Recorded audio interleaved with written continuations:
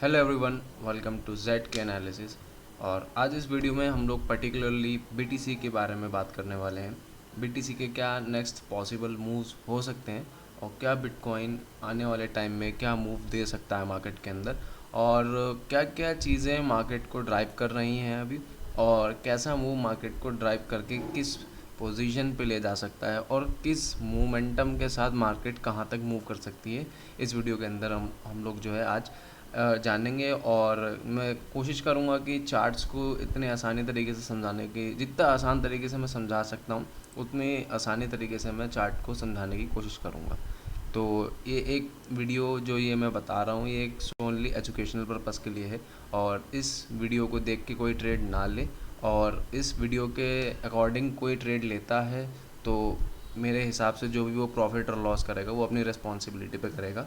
Otherwise जो अभी है ये सिर्फ एक वीडियो एक एजुकेशनल पर्पस के लिए है। So let's start the video. तो बेसिकली अभी हो क्या रहा है कि 4 आवर के टाइम फ्रेम पे मार्केट ने एक हायर हाई और एक हायर लो बनाना शुरू कर दिया।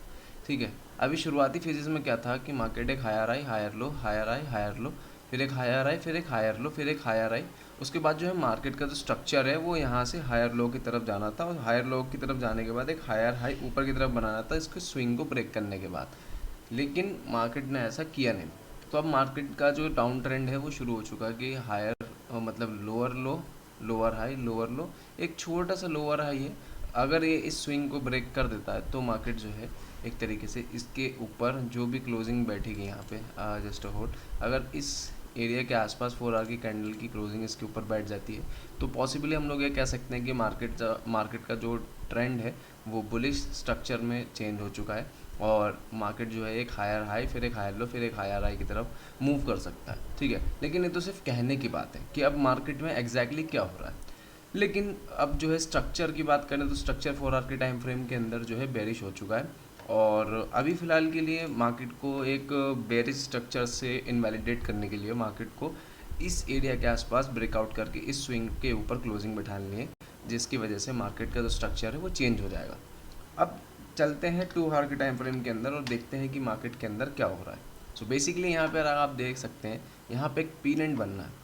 अब पीनेंट क्या होता है? पीनेंट एक तरीके से दोनों तरफ से जो भी बाइंग और सेलिंग साइड से जो है एक तरीके से वॉल्यूम का जो है कॉन्ट्रैक्शन होता है।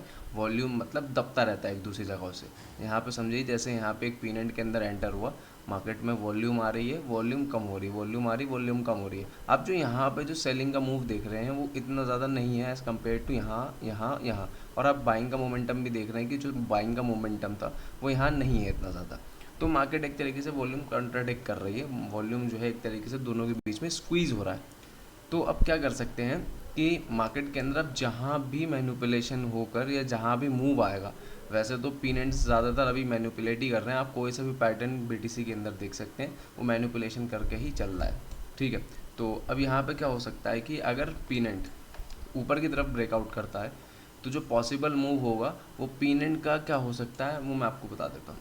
पीनेंट का जो मूव हो सकता है वो मेरे हिसाब से, जैसे जो टेक्निकल एनालिसिस के हिसाब से पीनेंट का मूव इतना जो 1.15 के आसपास हो सकता है, वो आपका टारगेट हो सकता है।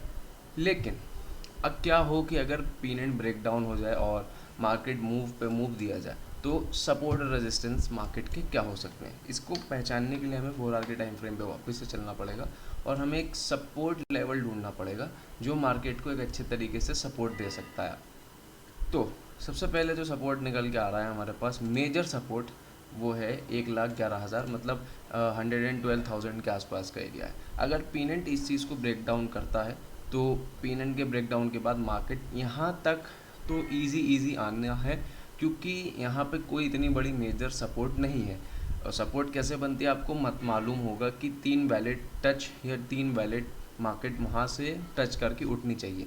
लेकिन अभी भी यहाँ पे कुछ वैलिड टचेस नहीं दिख रहे हैं। एक टच यहाँ है तो दूसरे टच ने ब्रेक डाउन कर दिया, तीसरा टच यहाँ है, लेकिन 2 टचेस हुए हैं सिर्फ। अगर आप देखना चाहें तो जैसे मैं आपको दिखा देता हूँ, ये जो टच है ये देखिए यहाँ पे ब्रेक डाउन हुआ है और फिर यहाँ से एक और बार ब्रेक डाउन हुआ, फिर यहाँ से मार्केट ने डब्लू बना कर रिक्लेम करा, फिर मार्केट ने मूव करा। लेकिन ये एक मेजर सपोर्ट नहीं कह सकते। अगर मार्केट यहाँ से आके बाउंस बैक ले लेती है तो तब भी ठीक है, लेकिन अदरवाइज़ ये सपोर्ट भी ब्रेक डाउन होती है तो मार्केट यहाँ से इस एरिया के आसपास आएगी और यहाँ से हमें उम्मीद है कि यहाँ से एक बड़ा मूव मिल सकता है। और मेरे हिसाब से ये जो सिनेरियो है ये होने के काफ़ी ज़्यादा चांसेस हैं, क्योंकि आज वीकेंड है, आज सैटरडे है और कल संडे है और परसों मंडे। तो मंडे मार्केट जब ओपन होगी, जब ग्लोबल मार्केट ओपन हो जाएंगी, तब देखा जाएगा। लेकिन फ़िलहाल अगर अभी यहाँ पे कंसोलिडेशन काफ़ी लंबे समय तक चल जाता है तो कहना मुश्किल है कि मार्केट अब किस जगह मूव कर सकती है। ओवरऑल जो पैटर्न है बेरिश पेनेंट है, और बेरिश पेनेंट का मतलब होता है कि मार्केट जो मार्केट ने पहला मूव यहाँ दिया है वो मार्केट यहाँ पे भी अगला मूव दे सकती है।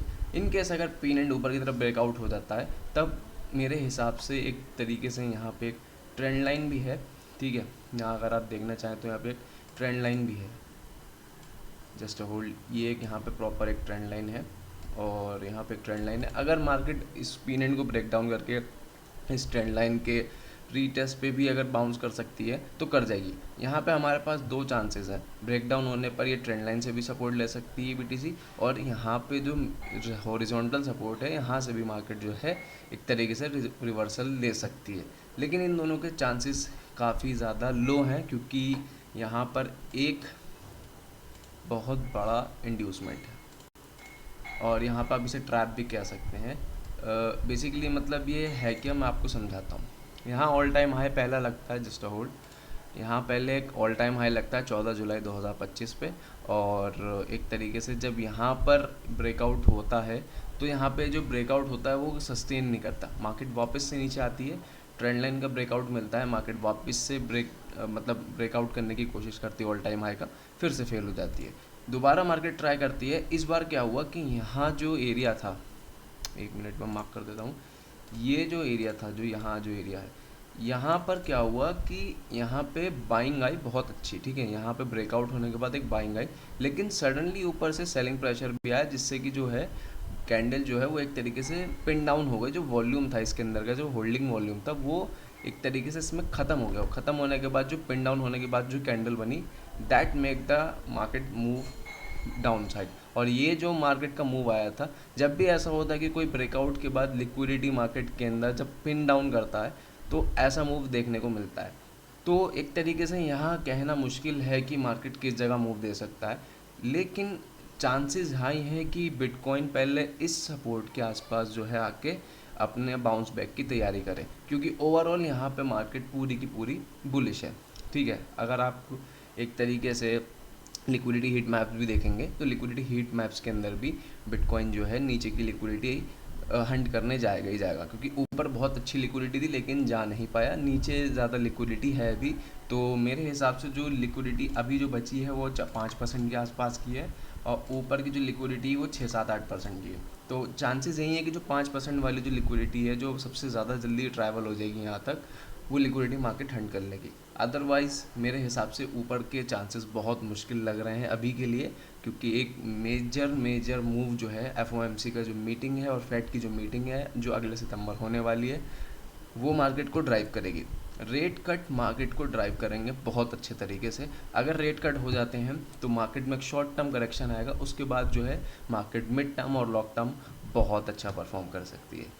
और बाकी इसमें कुछ इतना एनालिसिस करने के इतनी ज़्यादा कुछ ज़रूरत है नहीं। टेक्निकल एनालिसिस वाइज बहुत प्योरली मैंने समझा दिया कि ट्रेंड लाइन की ब्रेकआउट पे रीटेस्ट पे मार्केट ने लॉन्ग किया, इंड्यूसमेंट हुआ, यहाँ पे इंड्यूसमेंट होने के बाद मार्केट जो है क्रैश करती चली गई, और हाईली चांसेस हैं कि मार्केट अभी भी यहाँ से नीचे ही जाए और यहाँ से जो एक मेजर सपोर्ट है यहाँ से बाउंस बैक ले। अगर इस सपोर्ट को हम लोग हटा दें तो यहाँ पे एक रेंज मिल जाएगी हमें कि मार्केट इसी रेंज में ट्रेड कर रही है। अब जितनी बड़ी रेंज होगी, जितना ज़्यादा अच्छा कंसोलिडेशन होगा, उतना बड़ा मूव आएगा। तो आई होप आपको समझ आ गया होगा कि ये टेक्निकल एनालिसिस की वीडियो आपको कैसी लगी। अगर आपको अच्छा लगा ये वीडियो तो आप लाइक कर सकते हैं इस वीडियो को, चैनल को सब्सक्राइब कर सकते हैं और कमेंट कर सकते हैं कि अगर आपको जो पॉइंट समझ नहीं आया हो इस वीडियो के अंदर, मैं पूरी कोशिश करूँगा कि आपको कमेंट के अंदर उसका पूरा एनालिसिस समझाने की कोशिश करूँगा। I hope you like this video. Please subscribe the channel and hit the like button. I will see you in the next video. Till then, goodbye and have a safe trading.